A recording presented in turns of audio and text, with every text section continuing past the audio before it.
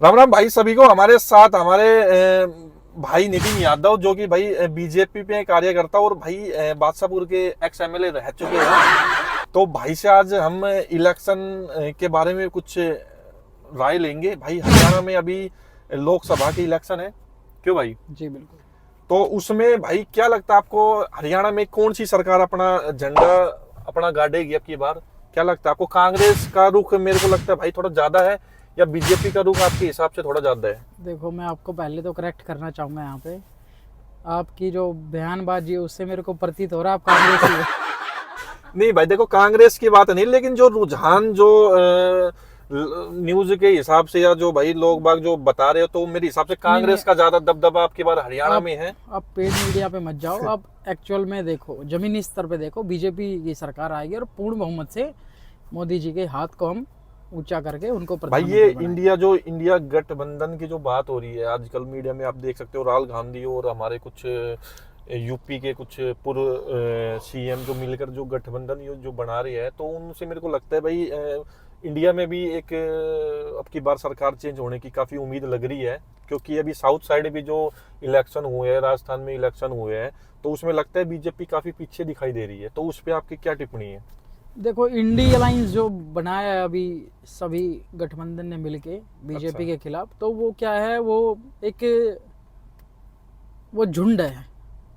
वो गीदड़ों का झुंड इकट्ठा किया हुआ तो भाई शेर वो को मेरे डराने को के लिए। मैंने अभी जो रुझान जो हमने दिख रहे हैं, जो हम ग्राउंड पे जाके जो हम लोग बाग से जो राय पूछ रहे हैं, तो उसमें लगता है भाई वो झुंड जीतता दिखाई दे रहा है। नहीं नहीं नहीं नहीं, वो होने में और दिखने में प्रतीत अलग अलग होता है। तो आप भाई आपको क्या लगता है, मतलब हरियाणा में बीजेपी का है या कांग्रेस का? आप थोड़ा क्लियर करके बताओ, ऐसे बातों को क्लियर। ज्यादा घुमाओ नहीं भाई। मैं लोकसभा की अगर बात करूं तो 10 की 10 सीटें भारतीय जनता पार्टी लोकसभा में अब आपका जीतेगी। कहना ये है कि हरियाणा में भारतीय जनता पार्टी की सरकार बनने वाली है, और इसका भाई सीएम कौन बनेगा? अभी ये जो 6 महीने के लिए हमारा जो नए सीएम बने हैं, तो ये रहेंगे या इसको हटाया जाएगा, कोई और नहीं नहीं नया नहीं, चेहरा वो आपके तो सामने देखो आएगा? पार्टी डिसाइड करेगी। लोग डिसाइड करेंगे किसको बनाना है। बाकी नायाब सैनी जी बहुत अच्छे कार्यकर्ता रहे हैं और अच्छे आदमी हैं। अच्छा जी। और जो हमारी ये बादशाहपुर की जो सबसे गुड़गांव की सबसे बड़ी सीट बादशाहपुर की जो मानी जाती है, तो इस सीट से भाई किसको कौन कैंडिडेट है जो बीजेपी का, जिसको भाई टिकट मिलने वाली है भाई? देखो, क्या लगता है आपको? वो तो पार्टी का काम है। कार्यकर्ता डिसाइड करेंगे। वो भाई तो मैं कार्य, तो हाँ कोई तो भाई डिसाइड। आप भी तो बीजेपी के कार्यकर्ता हो, जहां तक आपने कई साल बीजेपी को दी है, तो आपको क्या लगता है किस जहां कौन कौन बंदे, आप मेरे को ये बताओ पहले, कौन कौन बंदे इस लिस्ट में शुमार हैं जिनको टिकट मिलने की देखो, उम्मीद है बीजेपी के तरफ से? मनीष यादव जी हैं, अच्छा। जवाहर यादव जी हैं अपने। अच्छा जी। तो ये तमाम दो चार नाम है, इनको मैं देखता हूँ कि इनको विधानसभा टिकट बीजेपी से मिल सकती है। अच्छा। और हमारे जो कांग्रेस के जो उम्मीदवार है, तो उनकी भाई लिस्ट में कौन कौन, दौड़ में कौन कौन है जिनको टिकट कांग्रेस की तरफ से मिल सकती है? देखो, मैं किसी खास नाम पे टिप्पणी तो नहीं करूँगा, बट आप एक दो युवा हैं, कुछ वरिष्ठ हमारे कांग्रेसी नेता हैं, तो आप थोड़ा सा आकलन करके अपना अंदाजा लगा सकते हो। काफ़ी नहीं, पुराने। उम्मीद किसकी है? जैसे आपको क्या लगता है कांग्रेस में किसको टिकट मिल सकते? कोई ऐसा नामी चेहरा जो आपके जान नहीं पहचान में नहीं, हो भाई? आप फिलहाल राजनीति से जुड़े हुए, तो उठ बैठ सबके साथ आपकी रहती है, तो किसको लगता है आपको किसको टिकट मिलेगी कांग्रेस की तरफ देखो, से? अभी तो कांग्रेस ही डिसाइड नहीं कर पा रही है, वही खुद कंफ्यूजन में है, तो मैं तो डिसाइड कैसे कर सकता हूँ। अच्छा। तो भाई क्या मुद्दे हैं, आपको क्या लगता है क्या मुद्दे, जिस मुद्दे पर आपकी बार हम दोबारा से बीजेपी को सेंट्रल में देखने की एक नजरिया देखेंगे कि भाई आपको भाई क्या लगता है बीजेपी सेंट्रल में आ सकती है? क्या क्या काम बीजेपी ने अपने 10 साल के दौरान क्या क्या काम ऐसे करे हैं जिनको आपको लगता है हाँ कि भाई पब्लिक को बीजेपी की तरफ एक रुख देखना चाहिए, उनको वोट देनी चाहिए? तो भाई कुछ मेरे को 4-5 नाम गिनवा दीजिए जो हाँ बीजेपी ने अपने देश के लिए करे हैं। देखो, सबसे पहले तो क्या था, अगर मैं 2019 की बात करूं मैनिफेस्टो की, तो बीजेपी का मैनिफेस्टो में, और उससे पहले की बात करूं तो मैं राम मंदिर मेन मुद्दा था। ठीक है जी। तो राम मंदिर को आदरणीय प्रधानमंत्री जी ने उसका शिलान्यास करके उसको नहीं खोला ठीक बात सभी है, के राम लिए। मंदिर वगैरह और जैसे और भी उसके बाद काफी अगर चीज मैं है, रोड सीए। इंफ्रास्ट्रक्चर की बात करूं, तो पहले जो हमारी सड़कें बनती थी वो बनती थी 26 किलोमीटर पर डे। ठीक है जी।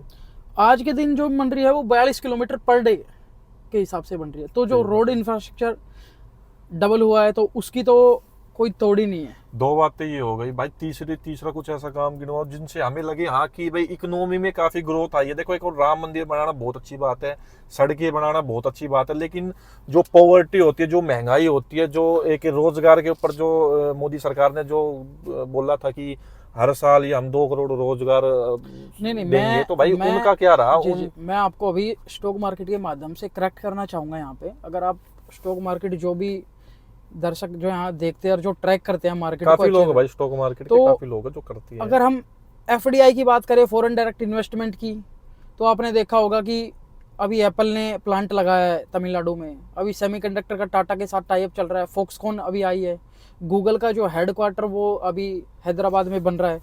तो जीडीपी तो भाई बीजेपी, आप मेरी बात सुनो, आप भाई राजनीति से काफी लंबे टाइम से जुड़े हुए हो, आपने हमारे एमएलए भी रह चुके हो आप, ठीक है जी। तो भाई आपको काफी ज्ञान होगा कि एक देश की तरक्की के लिए जॉब का होना, क्रिएशन होना, इन पिछले 10 सालों में हमने देखा कि जॉब नई क्रिएट नहीं हुई है। और जो भर्ती थी हरियाणा में सरकारी नौकरी की, वो भी काफी लेवल तक थम गई है, नई भर्तियां स्टार्ट नहीं हो रही है। नहीं, मैं तो इसलिए आप मेरी बात सुनो, इसलिए अब की बार मेरे हिसाब से हरियाणा के जो लोग हैं, जो जनता है, उसने फैसला किया है कि अब की बार हम एक बार कांग्रेस को भी मौका देंगे। तो ये हमने भाई रिपोर्ट की है, ग्राउंड लेवल पे जाके लोग बाग की हमने राय ली है। तो उसने बोला भाई बीजेपी ने कुछ काम किया नहीं इन मतलब आपके जॉब क्रिएशन के सेक्टर में, और आपका डेवलपमेंट माने तो रोड वोड में काम किया है भाई। सभी पार्टियों के राजनीति में आने के अपने कुछ एजेंडे होते हैं, कांग्रेस का भी अपने एजेंडे हैं, अन्य तमाम जो राजनीतिक पार्टियां उनके सबके अपने एजेंडे हैं। तो मैं तो आपको एक चीज़ बोलूँ कि अगर हम 2014 से पहले की अगर कांग्रेस को उठा के देखें हरियाणा में, तो क्या था, 54% लोग बेरोजगार थे। आज वो दर घट के 32% आया है। तो लोगों को तो नौकरी मिली है, ठीक है, एम्प्लॉयमेंट तो उनको मिला है। अब उसमें क्या हुआ है कि मास कटिंग हुई है।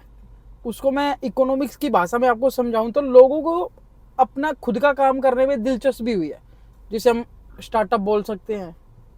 तो उस चीज में लोग बाग जा रहे हैं, तो वो काम करना कम पसंद करने, वो अपना खुद का इन्वेस्टमेंट देख रहे हैं। टाइम थोड़ा हमारे पास कम है, तो आप ये बताइए, मोदी ने एक वादा किया था 2014 के इलेक्शन से पहले कि भाई 15-15 लाख रुपए सब हमारे देश की जनता के खाते में आएंगे। तो भाई उसका क्या था? वो कुछ एक वोट लेने के लिए कुछ बोला गया था, या वो कुछ उसका क्या रिलेशन आपको लगता है उसमें? क्या कुछ आप बोल सकते हैं? 15 लाख अभी तो क्या रहा उसका? वो 15 लाख किसी के खाते में अभी तक भाई आए? मैं आपके माध्यम से बताना चाहता हूँ, आप 15 लाख को एक नंबर मत समझ के छोटा में थोड़ा समझाइए ना, अभी इतना टाइम हमारे पास है नहीं, तो छोटा करके थोड़ा बताइए। देखो, देश का ग्रोथ होनी 15 लाख से कहीं ज़्यादा बेहतर है।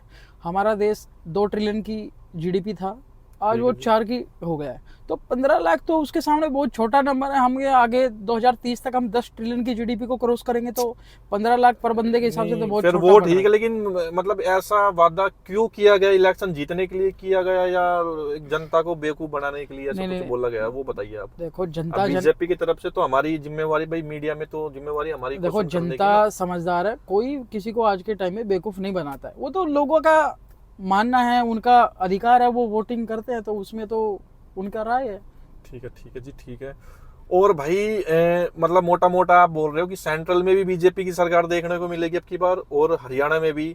लेकिन जो ग्राउंड रिपोर्ट जो हमें बताती है भाई, हमने जो जाकर पता किया थी, इंडिया गठबंधन जीतने वाली है 2024 के इलेक्शन को। और सेंट्रल में भाई सुनने में आ रहा है कि राहुल गांधी पीएम बनेंगे अगर इंडिया गठबंधन की सरकार बनती है तो। और हरियाणा में जो रुझान हमने देखे भाई, वो कांग्रेस की है, पूरे कांग्रेस के रुझान हमें देखने को मिल सकते हैं हरियाणा में। राहुल गांधी पीएम बन सकते हैं, वो सपनों में बनेंगे, वो रियलिटी में नहीं बनेंगे। नहीं भाई, देखो आप इतना हड़के में किसी को नहीं, हड़के में भाई, काफी पढ़ा लिखा बंदा है यार, ऐसी बात नहीं। पढ़ा लिखा युवा नेता की हमें बहुत जरूरत है। वो युवा नहीं है, वो 55 साल के, अभी युवा नहीं बोल सकते आप उनको। नहीं भाई, चेहरा तो युवा है। देखो एक बार हमारे योगी जी हैं, वो उनसे छोटे हैं उम्र में, तो आप उनको युवा कैसे बोल सकते हैं? बार नहीं, जो जनता बोल रही है, मैं अपना नहीं बता रहा भाई। हम मीडिया से हम किसी के पैसे देख के हम कोई किसी का इंटरव्यू थोड़ी ना करेंगे। हम कांग्रेस की तारीफ, तो आप युवा मत बोलिए, आप उनको वरिष्ठ जोड़िए, वो भी वरिष्ठ ऐसा कुछ नहीं है। लेकिन हमें सर कुछ लोगों ने बताया है कि अगर कंटिन्यूअस कोई सरकार बनती है, जिसकी अपने हिसाब से जो सरकार काम कराती है, भाई केजरीवाल को भी जेल में डाल दिया आपने, हर नेता के, जैसे कोई भी आपका नेता था कांग्रेस का या दूसरी पार्टी का नेता था, तो उनके भाई आपने चिट्टे पिट्टे खोल दिए, उनको ईडी के ये आपको सीबीआई के सम्मन भेज भेज के उनको इनके ऊपर ये आरोप है कि उन्होंने अपोजिशन के जो नेता है उनको ईडी सीबीआई के सम्मन भेज कर अपनी पार्टी में जबरदस्ती आपने उसको शामिल कराया। नहीं, तो नहीं। ये एक बहुत बड़ा आरोप जो बीजेपी के ऊपर लगता है, देखो तो मैं उसके बारे में क्या बोलोगे? मैं आपको यहाँ पर करेक्ट करना चाहूंगा। आप हवाई व्हाट्सएप यूनिवर्सिटी से न्यूज़ पढ़ते हो, आप अच्छी न्यूज़ नहीं पढ़ते। देख सर, हमारा तो काम है न्यूज पहुंचाना और जनता से आप- न्यूज लेके आप लोगों के गलत साथ न्यूज़- डिबेट करना। आप गलत न्यूज़ आप ये पहुंचा रहे मीडिया हो। पर ऐसे कैसे आरोप लगा सकते हो सर? ये ठीक बात नहीं है आपकी। नहीं मैं मीडिया सवाल करेगा, मीडिया चाहे बीजेपी हो चाहे कांग्रेस हो चाहे सवाल- कोई सी पार्टी हो, नहीं, वो तो तो- मीडिया की जिम्मेवारी होती है भाई सवाल करना। हम नहीं, हम किसी बिल्कुल- बीजेपी के कार्यकर्ता या कांग्रेस के कार्यकर्ता या कांग्रेस के नेता से दबेंगे नहीं, हम सवाल करेंगे भाई। नहीं आप सवाल कर सकते हमारी हो, जिम्मेवारी है लेकिन- सवाल करने की भाई। हम बिल्कुल। मीडिया का काम होता है अपने मुद्दे रखना, आपको सवाल पूछना, अपोजिशन की पार्टी या जो पार्टी सत्ता में है उनसे सवाल करना। देखो बीजेपी और ईडी का अलग सिस्टम है, सीबीआई का अलग, वो एजेंसी है, वो सर अपने ये हिसाब से काम ये करती गलत है। आप लोग क्या करते हो, कांग्रेस का जो अपोजिशन पार्टी है उनके नेता को ईडी का संबंध क्यों भेजना? नहीं अब वो भेजना ही है तो फिर उनको भेज के जेल में क्यों नहीं भेजते? आप लोग अपनी पार्टी में क्यों शामिल करते हो? देखो ये तो गलत चीज है ना सर। वो बीजेपी डिसाइड नहीं करेगी, वो एजेंसी डिसाइड करेगी उनको क्या करना है। जनता का आरोप लग रहा है बीजेपी के ऊपर कि